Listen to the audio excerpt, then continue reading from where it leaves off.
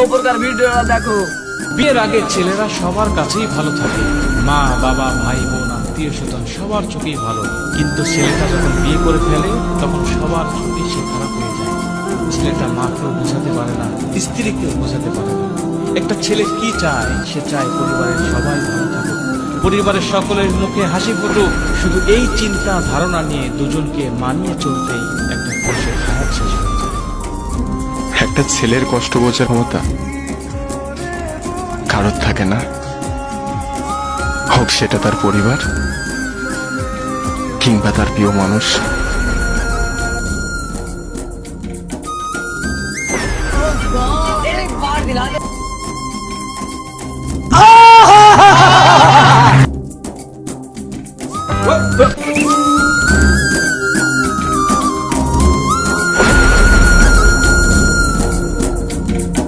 मारो मुझे, मारो मारो, नहीं ये मजाक हो रहा है।